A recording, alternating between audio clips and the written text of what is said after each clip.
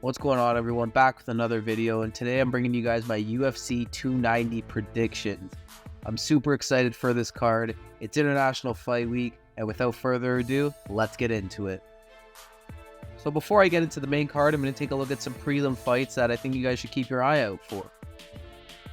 So the first fighter I wanted to take a look at was Tatsuro Taira. He's taking on Edgar Shiraz in the early prelim featured event. And Tatsuro Taira is such an interesting fighter. I mean, 13-0-0. He's a flyweight. He's exciting. Super fast on the feet. Super good on the ground as well. This guy's a problem. He had his fight that was canceled 2 weeks ago. And now he got rescheduled against Edgar Shiraz in a catchweight bout. So this one should entertain and would be a very nice way to top off the early prelims. The next matchup is a light heavyweight matchup between Jimmy Crute and Alonzo Mainfield. This fight we actually saw back in Perth earlier this year, but they decided to run this one back as the first time was a draw. And it was a very entertaining fight the first time around. So keep an eye on this one as well. It should be a good one.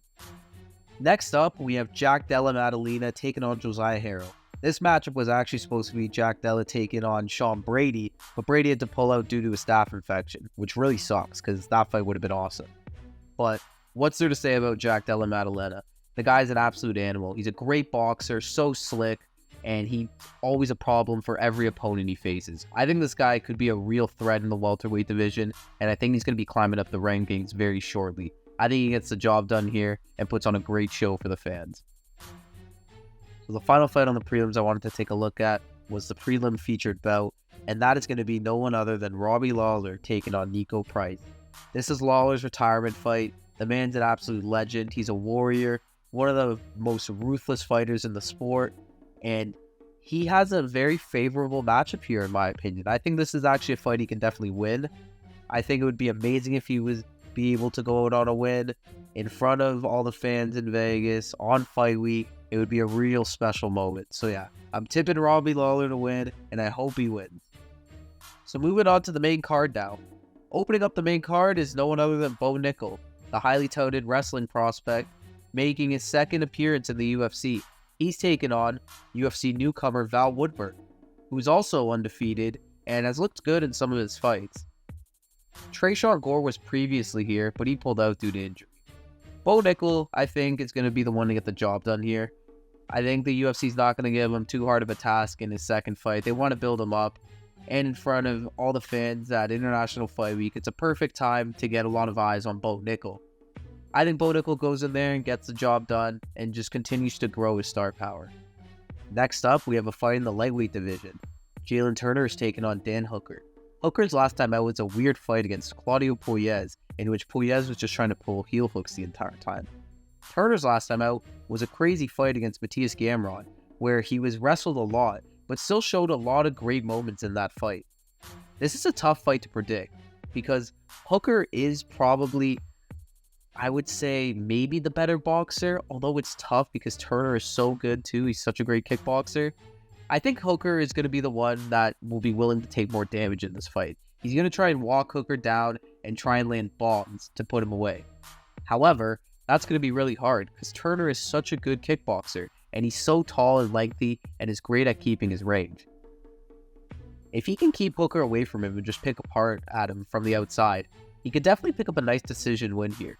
I think Hooker's going to be hard to put out in this one, but we'll see what happens. If I had to pick a winner, I'd probably lean to Jalen Turner just because he may have the edge in the boxing and in the stand-up in general due to his length, and he's very good as well. Also, has very good takedown defense as we saw in the Gamrot fight. So yeah, I'd probably tip Turner here. But if Hooker can storm Turner down and is able to really get in his face and cause a lot of problems for him, he could definitely get the win here too. I'm not completely counting Hooker out. But yeah, I'm going to go with Turner to get a decision win. Moving on now to another very interesting fight on this card. We have Robert Whittaker taking on Dricus du Plessis in a title eliminator fight. So, Whittaker is definitely the better fighter out of the two, I would say. He, as we've seen in the past against countless different opponents, Whittaker has just looked amazing everywhere. Great on the feet, great on the ground, and in his last fight with champion Israel Adesanya, a lot of people actually tipped him to win that fight and said that he did end up victorious. Personally, I still think Izzy won, but I do see the argument. Duplessis, on the other hand, has been causing a lot of headlines as of late, and it's due to a little bit of a beef with the champion, Israel Adesanya. But I'm not going to get into that. We'll just focus on Duplessis and what he has done in the UFC so far. He has some notable wins against Darren Till and Derek Brunson, but ultimately it hasn't really been anyone on the level of Robert Whittaker. I think the big question mark in this fight, though, is definitely going to be Duplessis' cardio. Where is he at, and how has his new nose surgery affected his fighting, and is he able to have more cardio in the later rounds? Because against a guy like Derek Brunson, for example, his last time out, he seemed to gas pretty quick, and I think it was only that Brunson was gassing more that ultimately won him the fight. And Whittaker is not going to gas. He's going to put on a pace for 15 minutes. He's been there before. He's experienced, and he knows what he needs to do to win the fight. I think Whittaker is going to use his wrestling in this one. Maybe not as much as previous fights, as I still think he'll have the edge than Duplessis on the feet. I think he's more technical. But I would still give Duplessis power in this one. I think he may have more power in his hands, but Whittaker is just too technical. He's too good on the feet. I think the safest bet here is Robert Whittaker winning by decision. I think if there is a knockout in this fight, I think it may come from Duplessis, but I still don't really see that happening. I think that everybody involved wants Duplessis to win. I think the UFC does. I think Adesanya does. And I think ultimately him and Adesanya would be a bigger fight than Izzy versus Rob 3. But at the end of the day, that's not really how this works. This is fighting. And if you're going to put Duplessis up against a guy like Whittaker, who's known to finish everybody in the division, not named Adesanya, then you're going to see what happens, and you're going to see the consequences with that. So yeah, I do think Whittaker wins this fight pretty comfortably. I think he's levels ahead of almost everybody in the division besides Adesanya. And yeah, Whittaker to win. Moving on to the co-main event now, where we have a trilogy fight on our hands. Brandon Moreno is taking on Alexander Pantoja for the undisputed flyweight belt. And this one, ladies and gentlemen, is going to be the most technical fight on the card. I guarantee it. So, the last time these two fought, Pantoja was victorious, securing the unanimous decision victory. His calf kicks really slowed Brandon down that night, and with his straight right, he was able to mangle Moreno's face, and he won every round. He had an extremely impressive performance. Brandon looked sloppy, and his hunched-over style with boxing led to him being open for a lot of Pantoja's shots. It was not Brandon's best night in the office. So, that's not saying Moreno can't win this fight. I mean, as of late, he's had the more success. He's became a UFC champion. He fought Figueiredo about 50 times, and he won 2 of them, and he most recently had an impressive victory over Kai Kara-France. So, I would say Moreno's had the more success of the 2 fighters as of late.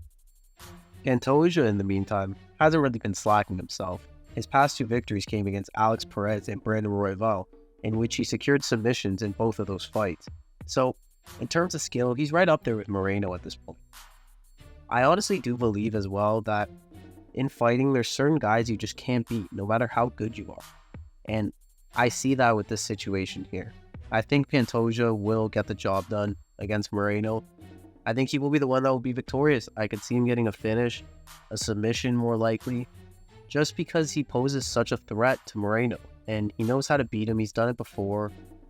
And I could see Moreno slipping up in this one once again. It sucks to say because I really like Brandon Moreno, but I just think Pantoja's too good, man. He's just so good everywhere, so slick with his boxing, and so good on the ground as well. Really has a good eye for a submission. And yeah, I think he will be the one to be the victorious here, and he will be crowned the new flyweight champion of the world. And now, we are finally moving on to the main event. Alexander Volkanovski takes on Yair Rodriguez for the undisputed featherweight title. And this one, ladies and gentlemen, is going to be a fantastic fight. We have the pound-for-pound number 1 in Alexander Volkanovski, taking on the most diverse and unique fighter in the UFC in Yair Rodriguez. This is 2 absolute warriors going head-to-head, and it's going to be interesting to see how it plays out. Volkanovski is coming back to featherweight after going up to try and become a double champ against Islam Makhachev in a very close fight, which a lot of people thought he won, including myself. But Now he poses a different threat at featherweight, where he sees Yair Rodriguez, a completely different look to Islam Makhachev in a fight that could mean a lot for his legacy as a featherweight. This fight is so important because I truly believe with a win here for Volkanovski, he can assert himself as the featherweight GOAT, cleaning out high levels of competition at the top of featherweight. But it's not going to be as easy as everybody thinks. A lot of people are writing off Yair Rodriguez in this matchup, a lot due to the recency bias with the Volkanovski-Makhachev fight, but don't be surprised if Yair can somehow pull off an upset here. And I'm going to tell you why. So, for starters, Yair Rodriguez looked amazing last time out against Josh Emmett. Completely dominated him on the feet and ended it off with a nice triangle. So, coming off the back of a fight like that, he's going to have an insane amount of confidence. He's also, like I mentioned at the beginning, one of the most unique strikers in the UFC. The guy throws crazy combinations that can't be replicated by anybody. And he's not afraid to use them either. He will throw crazy kicks at you, even if it means putting himself in risk of other shots, which could lead to his downfall or his success. Volkanovski in the past as well has shown some weakness when it comes to blocking head kicks. I mean, Holloway was able to break through, Ortega at times, as well as Islam Makhachev. And if they can, Yair definitely can. One of the best kickers in the entire UFC. So that'll have to be something else Volkanovski needs to watch out for as well. Now, I've been praising Yair, so let me shed some light on Volkanovski is a pound-for-pound number one. We all know how great he is. He's amazing in every area of the sport, and he's going to be a tough task for Yair to get by. Don't get me wrong. But I think in this one, Volk is going to use a lot of the same techniques that he used in the Makhachev fight, but for different reasons. He's going to want to get close to Yair, because Yair's at his best when he's at range and he's able to pick his shots with his kicks or his punches. And Volk can get close, wrestle him, and also use short hooks. I think he could find his most success. So, how do I see this fight going? Well, if there's a knockout in this fight, I think it does come from Yair Rodriguez, just due to his unpredictability and potentially catching Volkanovski. But I don't really think that's going to happen. Volkanovski's just too good everywhere, and he's too well-rounded at this point. His fight IQ is out of this world, and ultimately I don't think he's going to let Yair do a lot of the crazy things he likes to do without getting punished for it. Volkanovski's going to be aware of what he wants to do as the fight progresses as well, and he's going to start to figure him out. I think he brings it to the ground a bit in this one, going to be able to secure the rounds like that, and ultimately pull out with a decision win on the scorecards. I think it's going to be an entertaining fight. Both guys are going to be swinging. It's definitely going to be a war, and it's going to be entertaining. But ultimately, Volkanovski's going to edge out Yair Rodriguez. I think he's just too much for him at this point, even though Yair's great. Volkanovski's just a little bit greater. And after this fight, I think it'll solidify him as the featherweight GOAT. So yeah, that's going to do it for this breakdown though, guys. Bit of a longer one, but I hope I was able to get my points across, and I hope you guys understand my decisions. So to round it all up, I'm going Volkanovski, Pantoja, Robert Whittaker, Jalen Turner, and Bo Nickel for the main card. You guys let me know your picks in the comments as well. If you enjoyed, please like the video, subscribe, and share with your friends. And enjoy the fights. They're going to be amazing. And I'll see you in the next video. Take care.